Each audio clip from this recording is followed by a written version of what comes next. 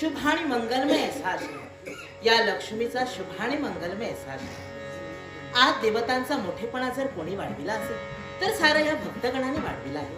म्हणून आमच्यापेक्षा जर श्रेष्ठ कोण असते तर सारे हे भक्तगण आहेत. एखाद्या देवाऱ्यात जर आमची मूर्ती पुजली असेल आणि तिचं भजन पूजन जर केलं नसेल तर त्या मूर्तीला काही महत्व आहे का?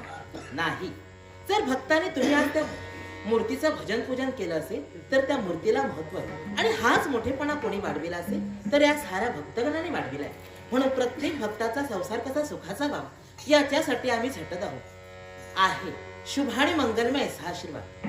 भक्त भक्तांना शुभ आणि मंगलमय असा आशीर्वाद. त्याचप्रमाणे विश्वावर आलेलं संकट सुद्धा आम्ही दूर केलं.